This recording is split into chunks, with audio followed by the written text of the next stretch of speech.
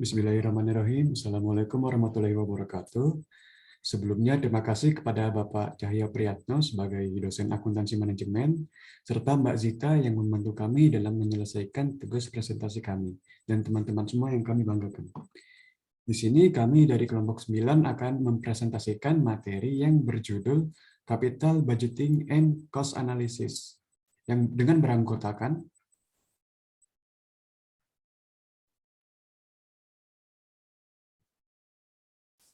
yang pertama adalah Dewi Naza Muhlasiana dengan NIM 203125507. Yang kedua Lutfia Fatan dengan NIM 203125512. Yang ketiga Siti Fanya Daveisa dengan NIM 203125524. Dan yang terakhir yaitu saya sendiri yaitu Muhammad Iqbal Dananjaya dengan NIM 203126607.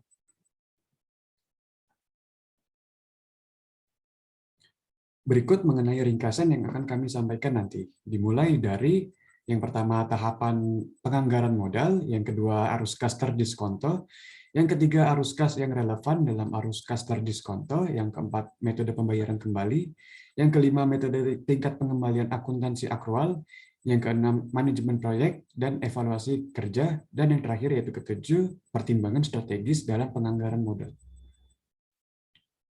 Memasuki yang materi yang pertama akan disampaikan oleh rekan saya. Baik, terima kasih Iqbal. Yang pertama ada tahapan penganggaran modal. Penganggaran modal adalah membuat keputusan perencanaan jangka panjang untuk investasi dalam proyek. Pendapatannya dihitung berdasarkan periode demi periode. Manajer menggunakan penganggaran modal sebagai pengambilan keputusan dan alat kontrol yang meliputi jangka waktu beberapa tahun. Next. 5 proses penganggaran modal. Yang pertama itu identifikasi proyek. Identifikasi potensi investasi modal yang selaras dengan strategi organisasi. Yang kedua, memperoleh informasi, yaitu mengumpulkan informasi dari semua bagian nilai rantai untuk mengevaluasi proyek alternatif. Yang ketiga, membuat prediksi, yaitu ramalan semua arus kas potensial yang terkait dengan proyek-proyek alternatif. Yang keempat, memilih di antara alternatif, yaitu menentukan investasi mana yang menghasilkan manfaat terbesar, cocok, dan biaya paling rendah untuk organisasi. Yang kelima, menerapkan keputusan, mengevaluasi kerja, dan mempelajari. Yang pertama, mendapatkan pendanaan dan melakukan investasi yang dipilih pada tahap 4. Lalu, melacak arus kas yang direalisasikan. Kemudian, bandingkan dengan perkiraan angka dan revisi rencana jika perlu.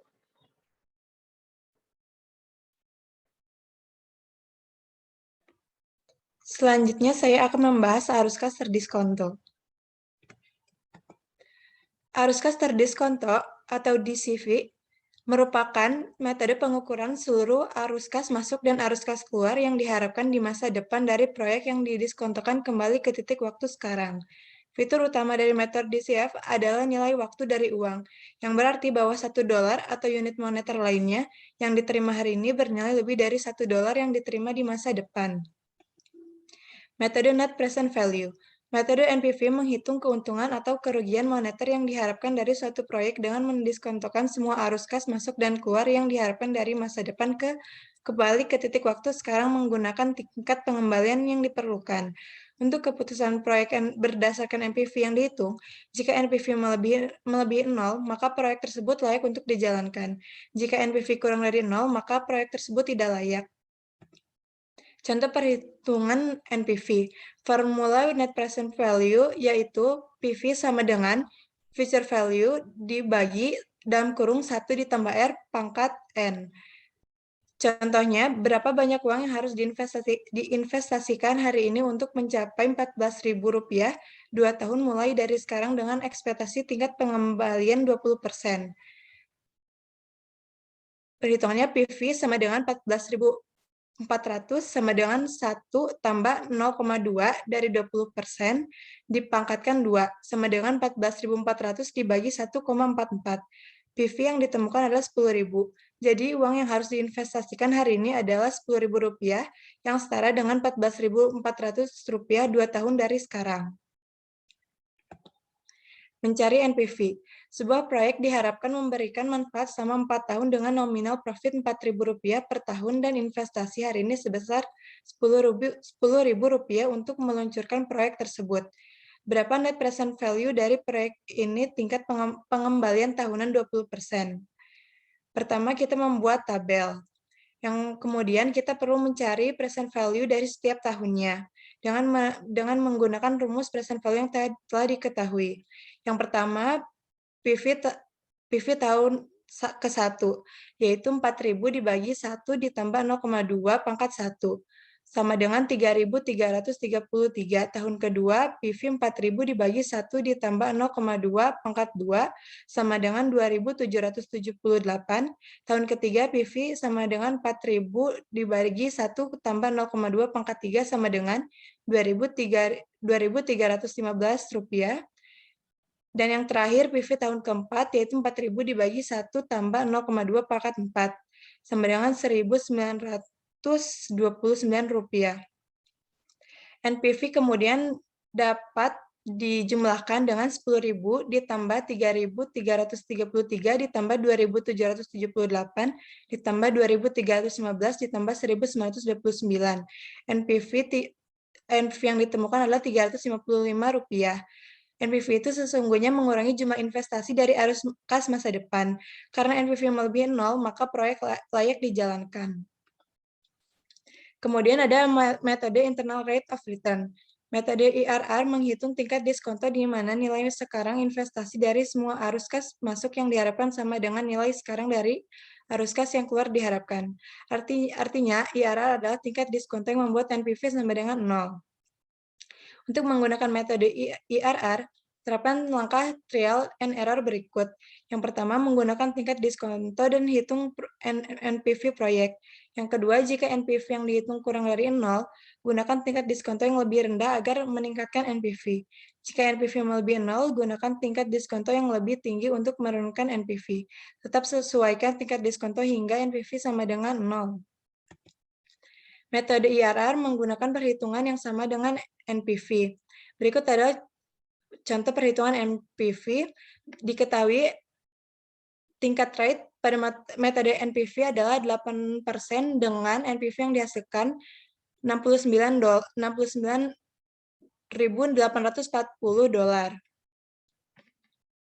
Kemudian, untuk menghitung metode IRR menggunakan metode coba-coba, karena tadi NPV yang diketahui telah melebihi 0, maka kita perlu menaikkan discount rate agar NPV bisa turun menjadi $0.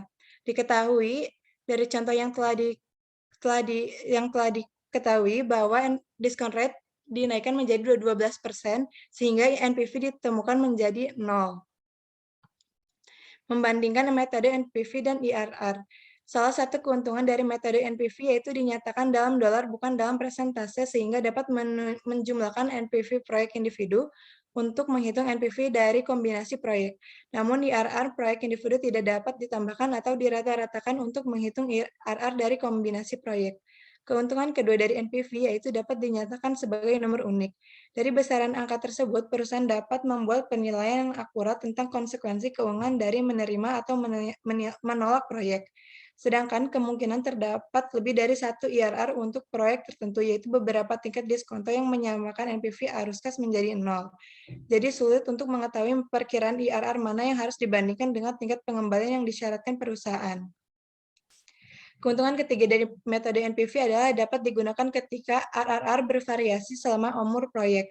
Sedangkan metode IRR tidak dapat digunakan karena RRR yang berbeda di tahun yang berbeda, berarti tidak ada RRR tunggal yang dapat dibandingkan dengan IRR untuk memutuskan apakah proyek harus diterima atau ditolak. Metode IRR tetap digunakan karena persentase pengembalian yang dihitung dengan metode IRR mudah dipahami dan dibandingkan.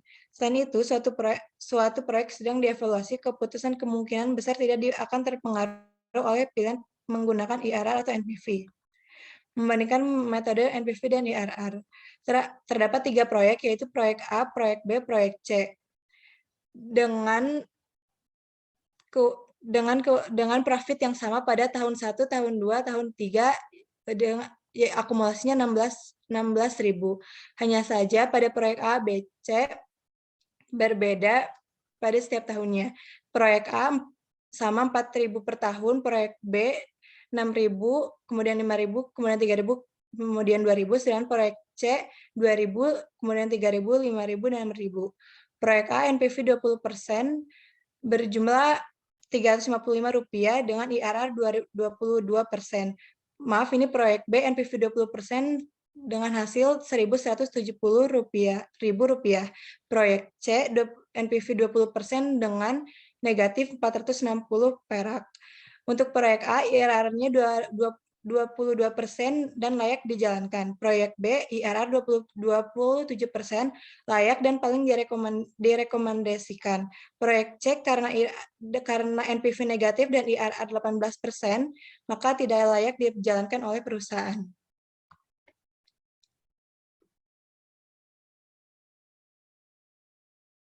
Selanjutnya saya akan menjelaskan tentang arus kas yang relevan dalam arus kas terdiskonto.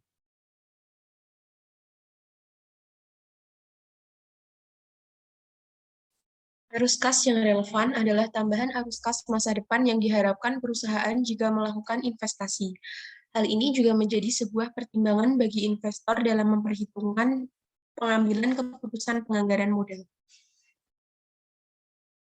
Next. Contoh asumsi dari ilustrasi vektor. Yang pertama, vektor adalah perusahaan yang menguntungkan. Tarif pajak penghasilan adalah 40% dari pendapatan operasional setiap tahun. 2. Arus kas masuk operasi tambahan sebelum pajak dari bus hibrida adalah $220.000 dalam beberapa tahun 1-4 dan $170.000 pada tahun kelima. Ketiga, untuk tujuan pajak, vektor menggunakan metode penyusutan garis lurus dan mengasumsikan tidak ada nilai pembuangan terminal bus. Yang keempat, keuntungan atau kerugian dari penjualan aset yang dapat disusutkan dikenakan pajak dengan tarif sama seperti biasa penghasilan. Yang kelima, efek pajak dari arus kas masuk dan arus keluar terjadi pada saat yang sama dengan arus kas masuk dan arus kas keluar terjadi. Yang keenam, vektor menggunakan tingkat pengembalian yang diperlukan 8% untuk mendiskontokan arus kas setelah pajak. Data bus milik vektor ini terdapat 2 bus, yaitu bus tua dan bus hibrida baru. Harga pembelian bus tua tidak ada, tapi ada perubahan di bus hibrida baru sebesar $660.000. Kemudian nilai buku saat ini di bus tua ada $60.000 dan bus hibrida baru tidak ada. Nilai pembuangan saat ini bus tua $25.000 dan bus hibrida baru tidak ada. Nilai pembuangan terminal 5 tahun dari sekarang sama-sama tidak ada. Depresiasi tahunan bus tua $12.000, bus hibrida baru $132.000. Modal kerja yang dibutuhkan bus tua $6.000 dan bus hibrida baru $36.000. Di depresiasi tahunan per tahun beda antara A dan B, A-nya sebesar $60.000 per 5 tahun sama dengan $12.000 depresiasi tahunannya, sedangkan yang B $660.000 per 5 tahun sama dengan $132.000 depresiasi tahunannya. Next. Arus setelah pajak. Arus kas setelah pajak adalah pelepasan akhir peralatan arus kas yang relevan.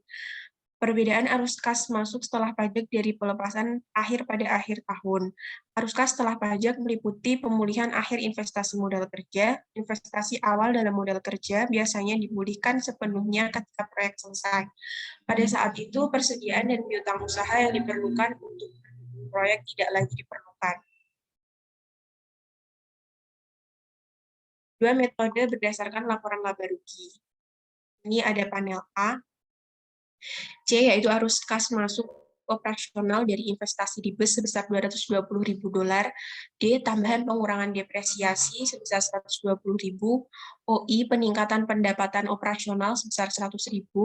T, pajak penghasilan atau tarif pajak penghasilan T kali OI sama dengan 40% kali $100.000 sama dengan 40.000. NI, kenaikan laba bersih sebesar 60.000. Kenaikan arus kas dari operasi setelah dikurangi pajak penghasilan menggunakan metode 1 C kurangi T sama dengan $220.000 dikurangi $40.000, yaitu $180.000, atau menggunakan metode 2, yaitu NI plus D sama dengan $60.000 tambah $120.000 sama dengan $180.000. Metode item by item. Ini ada panel B, yaitu ada pengaruh arus kas operasi, C, yaitu arus kas masuk operasional dari investasi di bus sebesar $220.000, T kali C, yaitu kurangi arus kas keluar pajak penghasilan sebesar 40%, yaitu 88.000.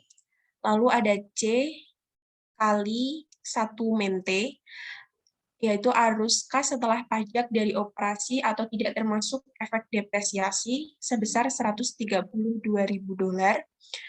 Lalu ada efek depresiasi, ada D, pengurangan penyusutan tambahan sebesar $120.000. T, 3D, penghematan tunai pajak penghasilan dari penyusutan tambahan potongan 40% kali $120.000 sebesar $48.000. C kali 1 kali T plus T kali D, yaitu arus kas dari operasi setelah dikurangi pajak penghasilan sebesar $180.000. Next. Penjelasan kedua panel. Panel tadi ada panel A dan B. Panel A menunjukkan dengan menggunakan dua metode berdasarkan laporan laba rugi bahwa tahun pertama arus dari operasi setelah dikurangi pajak penghasilan sama dengan $180.000. Panel B menjelaskan metode ketiga yang sering digunakan untuk menghitung uang tunai arus dari operasi setelah dikurangi pajak penghasilan. Kategori arus kas, yang pertama, pemasukan awal bersih investasi dalam proyek yang mencakup akuisisi aset dan setiap penambahan terkait untuk modal kerja, dikurangi arus kas setelah pajak dari pelepasan aset yang ada. 2. Arus kas setelah pajak dari operasi setiap tahun termasuk penghematan kas penghasilan dari depresiasi tahunan. Dan yang ketiga ada arus kas setelah pajak dari pelepasan aset dan memulihkan modal kerja yang diinvestasikan pada penghentian proyek. Pertama ada investasi awal bersih. Tingkat komponen arus kas investasi awal bersih ada 1 arus kas keluar untuk membeli, yang kedua arus kas keluar untuk modal kerja, dan yang ketiga arus kas masuk setelah pajak dari pelepasan aset lama. Penjelasan tentang investasi awal bersih. A. Arus keluar untuk membeli dibuat untuk pembelian pabrik dan peralatan terjadi pada awal umur proyek dan termasuk arus kas keluar untuk transportasi dan memasang peralatan. B. Investasi modal kerja awal. Investasi awal biasanya disertai dengan tambahan investasi dalam modal kerja. Tambahan ini diinvestasi berupa aset lancar seperti piutang dan persediaan, dikurangi kewajiban lancar seperti utang usaha. Yang ketiga, arus kas setelah pajak, yaitu setiap uang tunai yang diterima dari pelepasan aset lama atau BES merupakan arus kas masuk yang relevan pada tahun 0 atau tahun pertama karena merupakan arus kas yang berbeda, yaitu menawarkan antara alternatif berinvestasi dan tidak berinvestasi di BES baru. 2. Arus kas dari operasi. Arus masuk ini dapat dihasilkan dari produksi dan penjualan mendapatkan barang tambahan atau misalnya dari penghematan bahan bakar, pemeliharaan dan biaya operasi, dan pendapatan tambahan dari harga tiket yang lebih tinggi. Kedua, arus kas dari operasi. Arus kas tahunan setelah pajak dari operasi atau tidak termasuk efek depresiasi. Tarif pajak 40% mengurangi manfaat arus kas operasional tambahan sebesar $220.000 selama tahun 1-4 dengan BES hibrida baru. Arus kas setelah pajak atau tidak termasuk efek depresiasi adalah arus kas tahunan dari operasi dengan BES baru sebesar $220.000 dikurangi pembayaran pajak penghasilan 0,4 kali $220.000 sama dengan $88.000. Arus kas tahunan setelah pajak dari operasi sebesar $132.000 Sedangkan untuk tahun kelima, arus kas setelah pajak atau tidak termasuk efek depresiasi adalah sebagai berikut. Arus kas tahunan dari operasi dengan bus baru sebesar $170.000 dikurangi pembayaran pajak penghasilan 0,4 kali $170.000 sebesar $68.000. Arus kas tahunan setelah pajak dari operasi sebesar $102.000.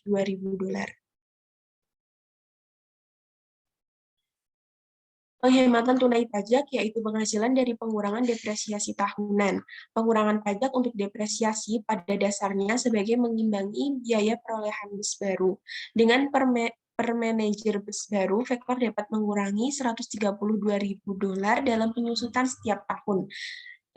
Relatif dengan depresiasi $12.000 pada bus tua, tambahan penyusutan tahunan dikurangi sebesar $120.000 menghasilkan penghematan tunai pajak penghasilan tambahan sebesar $120.000 dikali 0,4 atau $48.000 per tahun.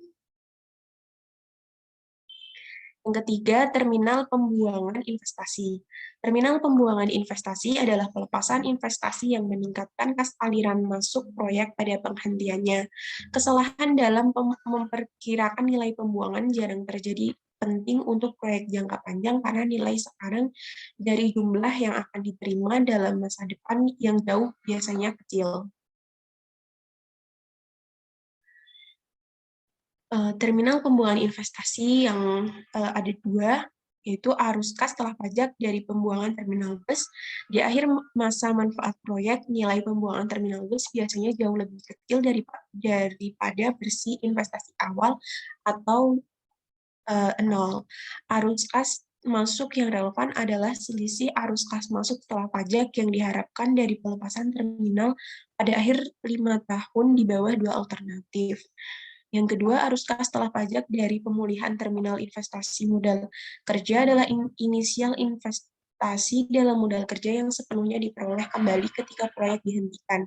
Pada saat itu, persediaan dan piutang yang diperlukan untuk mendukung proyek tidak lagi dibutuhkan.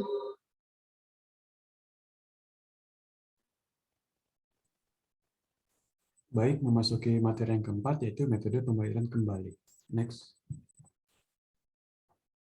Metode pembayaran kembali adalah metode yang dipakai ketika kita melakukan pengukuran waktu yang diperlukan untuk menutup dalam bentuk arus kas masa depan yang diharapkan, investasi awal bersih di suatu proyek. Layaknya metode IRR dan NPV, metode pengembalian tidak membeda-bedakan sumber arus kas seperti yang berasal dari operasi, pembelian, penjualan peralatan, atau investasi pemulihan modal kerja. Metode pengembalian lebih sederhana dalam menghitung kapan sebuah proyek akan memiliki arus kas yang seragam daripada ketika arus kas tidak merata dari waktu ke tahun, dari waktu ke waktu. Next. Yang kedua, arus kas beragam. Kita ambil contoh, hybrid bus Vektor sedang mempertimbangkan untuk membeli seharga $648.900 dan menghasilkan uang tunai sebesar $180.000. Arus masuk yang seragam setiap tahun selama 5 tahun masa manfaat yang diharapkan. Periode pengembalian yang dihitung adalah sebagai berikut.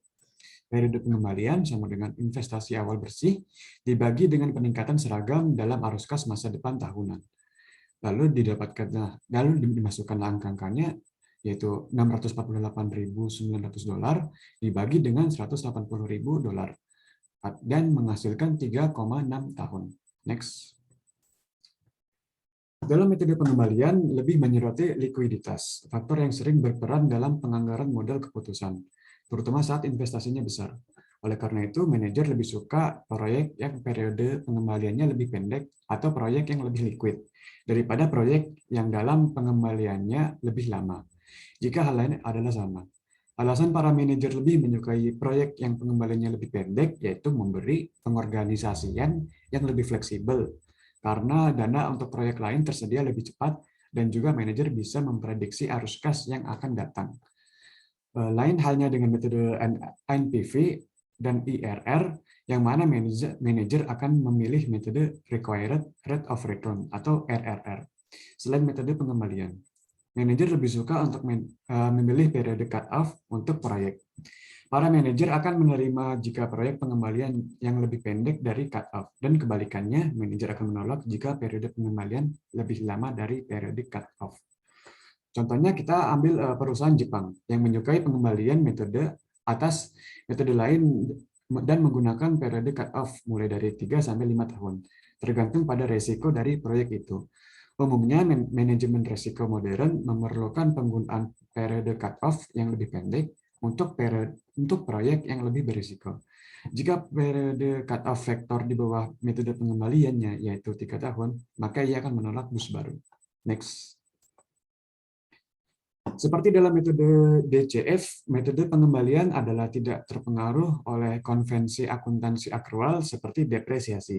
Pengembalian cara yang meyakinkan ketika yang pertama diperlukan penyaringan awal dari banyak proposal, yang kedua suku bunga tinggi, yang ketiga arus kas yang diharapkan di tahun-tahun berikutnya dari suatu proyek sangat tidak pasti. Di bawah kondisi ini, perusahaan memberikan bobot lebih pada arus kas pada periode awal modal proyek penganggaran dan untuk memulihkan investasi yang telah mereka buat sehingga membuat kriteria pembayaran kembali sangat relevan.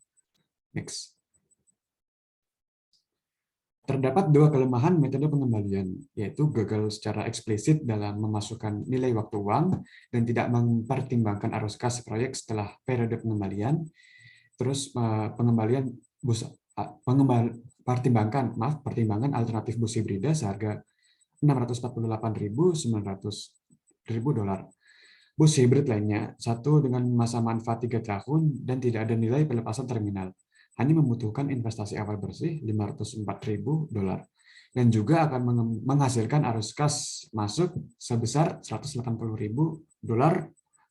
per tahun.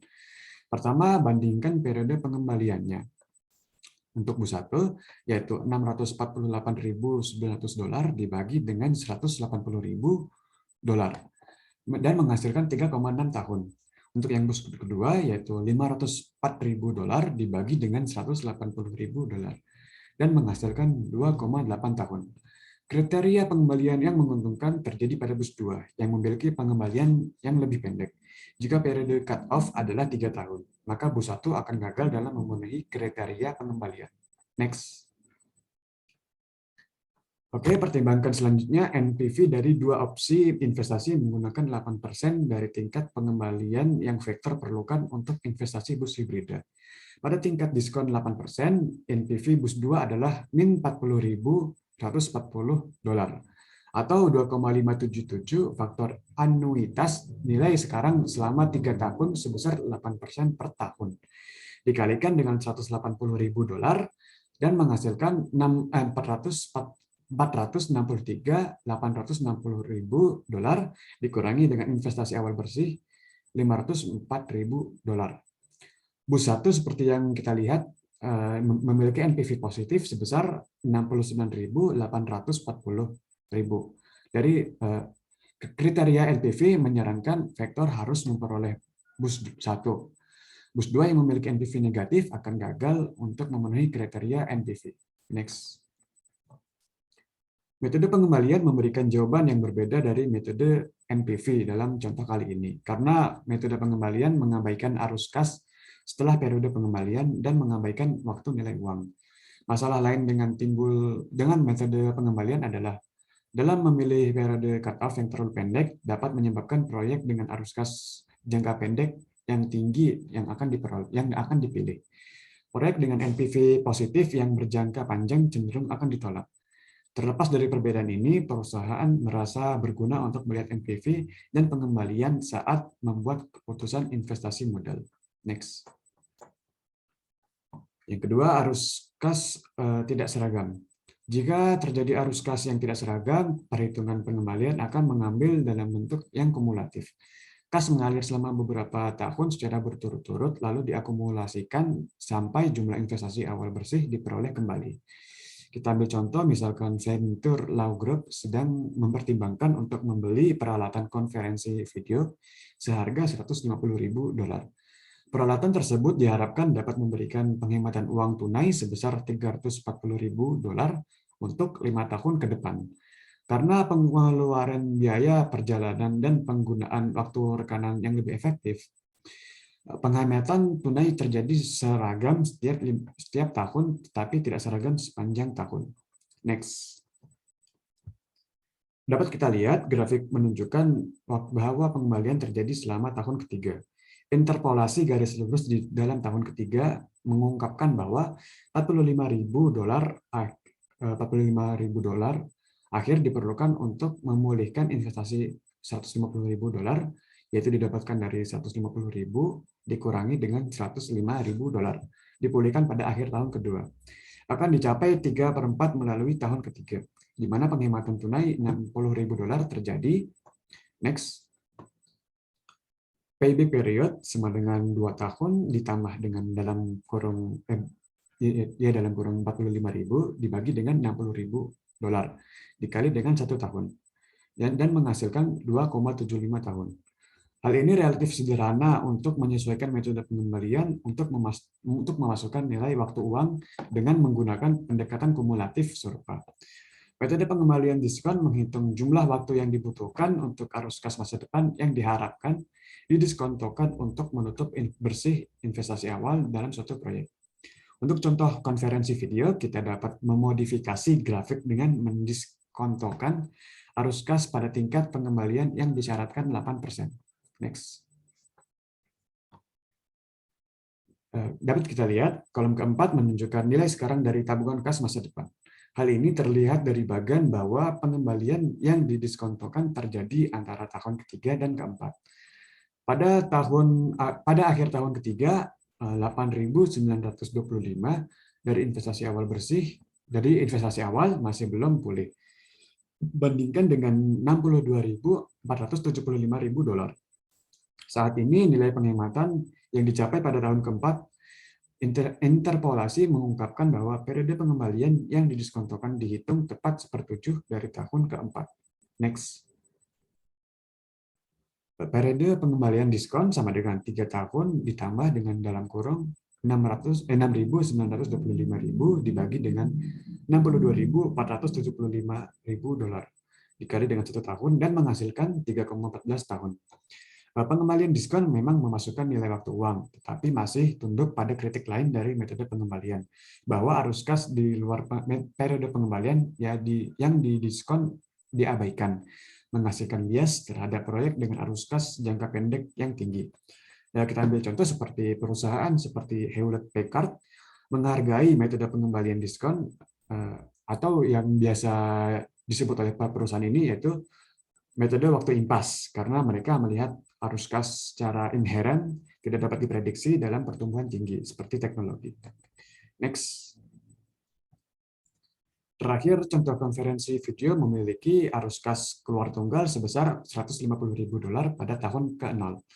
Ketika sebuah proyek memiliki beberapa arus kas keluar yang terjadi pada titik waktu yang berbeda, arus keluar ini pertama-tama dikumpulkan untuk mendapatkan angka total arus kas keluar untuk proyek tersebut.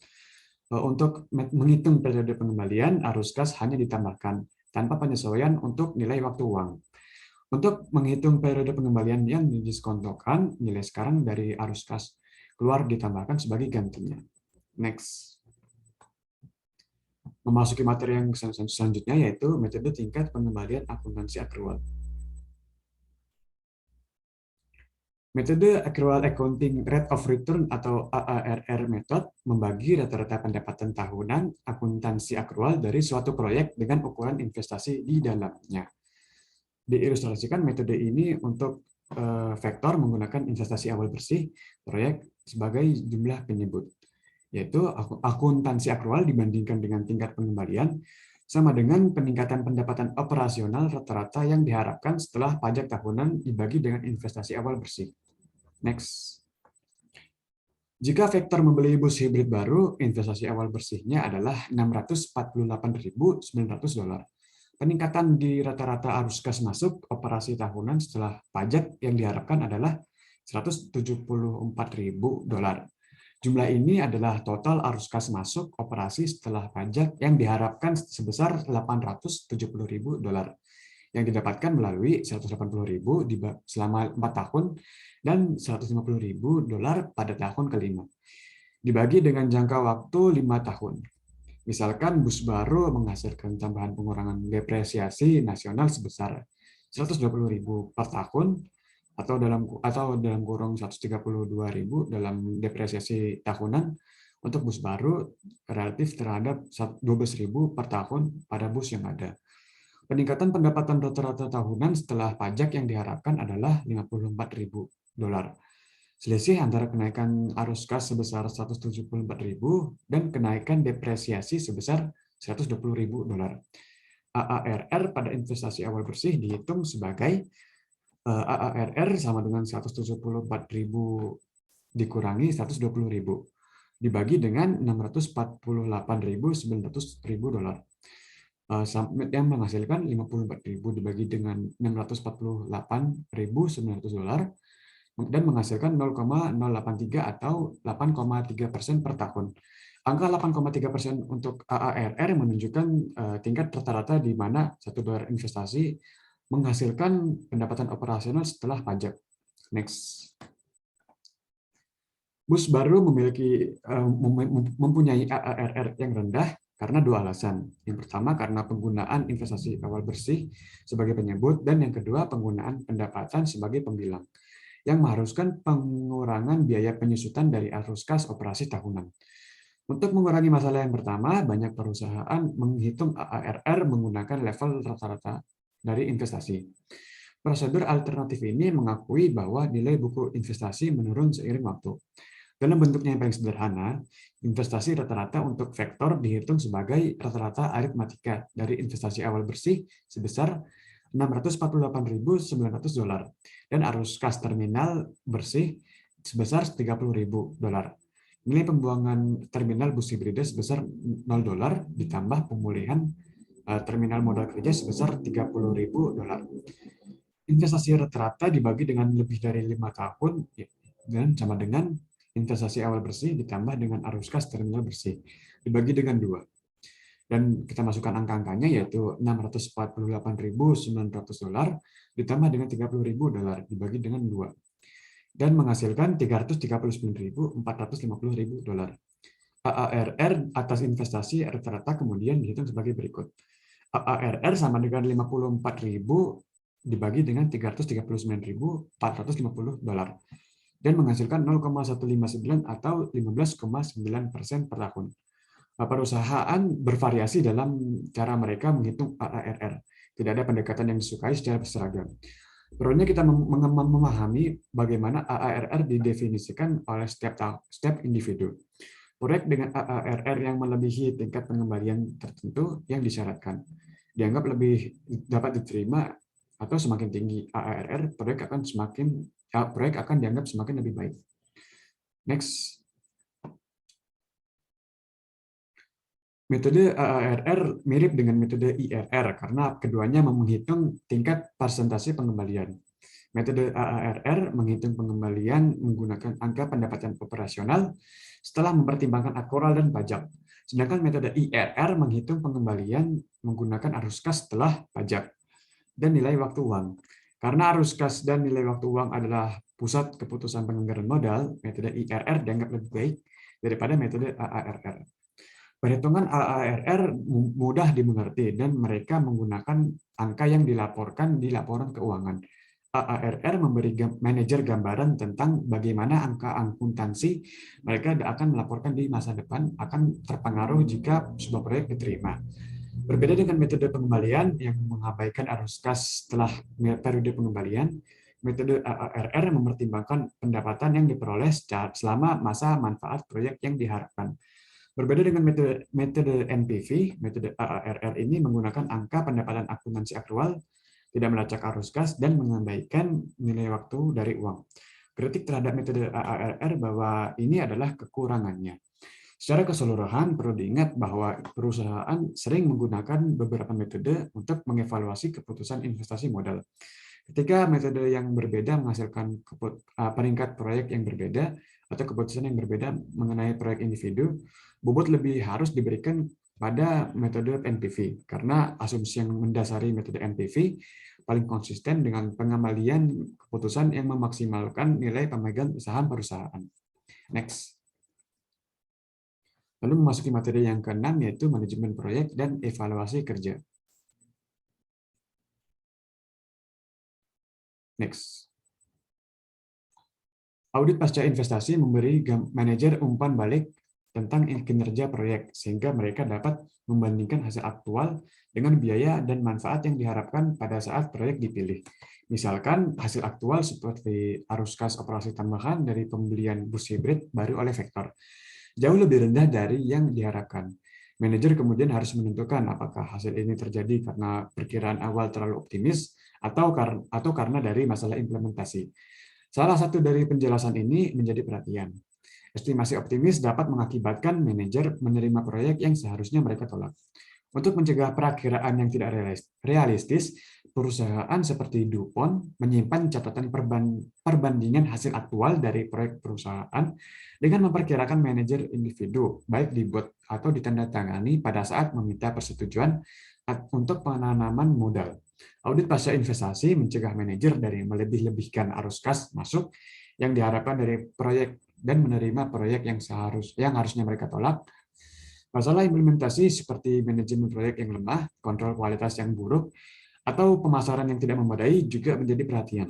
Audit pasca investasi membantu untuk mengingatkan manajemen senior terkait masalah ini, sehingga masalah dapat dengan cepat diperbaiki. Perusahaan harus melakukan audit pasca investasi dengan penuh kehati-hatian dan hanya setelah hasil proyek sepenuhnya diketahui. Melakukan audit terlalu dini dapat menyesatkan. Tambahan, memperoleh hasil aktual untuk dibandingkan dengan perkiraan seringkali sulit.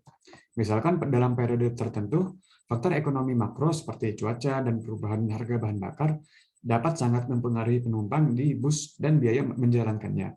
Akibatnya, keseluruhan tambahan pendapatan bersih dari bus hibrid baru Vector mungkin tidak langsung sebanding dengan perkiraan pendapatan.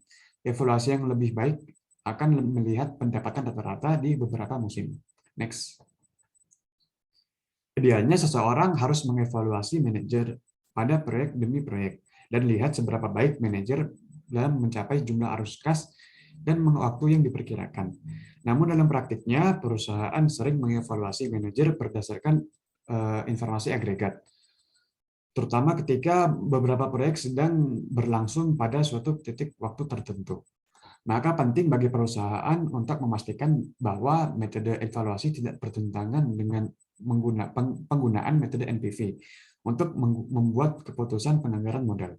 Next. Misalnya, Vector menggunakan tingkat pengembalian akuntansi akrual yang dihasilkan di setiap periode untuk menilai manajernya. Kita tahu bahwa manajer harus membeli bus hibrid karena memiliki NPV positif sebesar $69.840. Namun mereka dapat menolak proyek jika ARR sebesar 8,3%. Pada investasi awal bersih lebih rendah dari tingkat pengembalian akuntansi minimum yang harus dicapai oleh Vector. Ada inkonsistensi antara mempromosikan metode NPV sebagai yang terbaik untuk membuat keputusan penganggaran modal dan kemudian menggunakan metode yang berbeda untuk mengevaluasi kinerja. Meskipun metode NPV adalah yang terbaik untuk keputusan penganggaran modal, manajer akan tergoda untuk keputusan penganggaran modal berdasarkan metode yang mereka dievaluasi. Godaan menjadi lebih jelas jika manajer sering dipindahkan atau dipromosikan, atau jika bonus mereka dipengaruhi oleh tingkat pendapatan tahun ke tahun yang diperoleh berdasarkan akuntansi akrual. Konflik lain antara pengembalian keputusan dan evaluasi kinerja tetap ada, bahkan jika perusahaan menggunakan langkah-langkah serupa untuk kedua tujuan. Jika ARR pada bus hibrid melebihi ARR minimum yang disyaratkan, tetapi di bawah ARR Vector saat ini di wilayah tersebut, manajer mungkin masih tergoda untuk menolak pembelian bus hibrid karena ARR bus hibrid yang lebih rendah akan mengurangi ARR dari seluruh wilayah dan dengan demikian merugikan kinerja manajer yang dilaporkan. Atau pertimbangkan contoh di mana arus kas masuk dari bus hibrida sebagian besar terjadi di tahun-tahun akhir proyek. Kemudian bahkan jika proyek ARR melebihi ARR saat ini, dari proyek-proyek yang diawasi oleh manajer, serta pengembalian minimum yang diperlukan. Manajer masih dapat menolak pengembalian karena untuk beberapa tahun pertama akan memiliki efek negatif pada tingkat pengembalian yang diperoleh di bawah akuntansi akrual. Next. Selanjutnya akan dibawakan oleh rekan saya. Selanjutnya yaitu mempertimbangkan strategis dalam penganggaran modal. Strategi perusahaan adalah sumber penganggaran modal strategisnya keputusan. Keputusan seperti itu mengharuskan manajer untuk mempertimbangkan berbagai faktor yang mungkin sulit diperkirakan. Manajer harus mengembangkan penilaian dan intuisi untuk membuat keputusan ini. Proyek R&D misalnya adalah investasi strategis yang penting, dengan jarak jauh di masa depan dan biasanya imbalan yang tidak pasti. Next. Investasi dalam penelitian dan pengembangan. Perusahaan seperti GlaxoSmithKline di industri farmasi dan Intel menganggap proyek R&D sebagai investasi strategis yang penting karena dapat menambah atau mengurangi sumber daya yang dikomitmenkan untuk sebuah proyek berdasarkan seberapa suksesnya proyek tersebut telah sampai pada titik itu. Ini meningkatkan NPV dari investasi karena perusahaan dapat membatasi kerugiannya. Contohnya, perusahaan farmasi dapat menambah atau mengurangi investasinya dalam R&D joint usaha berdasarkan kemajuan uji klinis obat baru yang dikembangkan oleh usaha tersebut. Next. Nilai pelanggan dan penganggaran modal. Manajer dapat menggunakan kerangka kerja untuk mengevaluasi proyek investasi dan untuk membuat keputusan strategis mengenai pelanggan mana yang akan diinvestasikan. Contohnya, pertimbangan Potato Supreme yang membuat produk kentang untuk dijual ke gerai retail. Saat ini menganalisis dua pelanggannya, yaitu toko bersinar dan toko selalu buka. Potato Supreme memprediksi mengikuti arus kas dari operasi, setelah dikurangi pajak penghasilan dalam ribuan dari setiap rekening pelanggan untuk 5 tahun ke depan.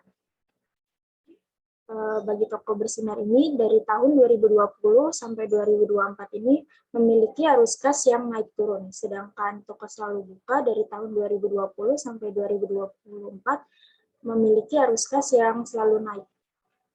Next. Ya, berdasarkan tabel tersebut, jika melihat dari periode 2020, toko bersinar menyediakan lebih dari 2 kali lipat arus kas dibanding dengan toko selalu buka. Namun, berbeda jika lihat dari 5 tahun tersebut, NPV dari pelanggan toko selalu buka ini lebih besar dibandingkan dengan NPV toko bersinar, sehingga toko selalu buka menghasilkan pelanggan yang menguntungkan bagi Potato Supreme. Kemudian, cara NPV menangkap perkiraan nilai pertumbuhan pelanggan untuk masa depan toko selalu buka, yaitu dengan menggunakan informasi ini untuk mengalokasikan lebih banyak sumber daya dan tenaga penjualan untuk melayani aktivitas toko. Potato Supreme juga dapat menggunakan penghitungan NPV untuk menguji efek dari cara alternatif untuk meningkatkan loyalitas dan retensi pelanggan. Contohnya itu seperti memperkenalkan kartu pelanggan yang sering membeli.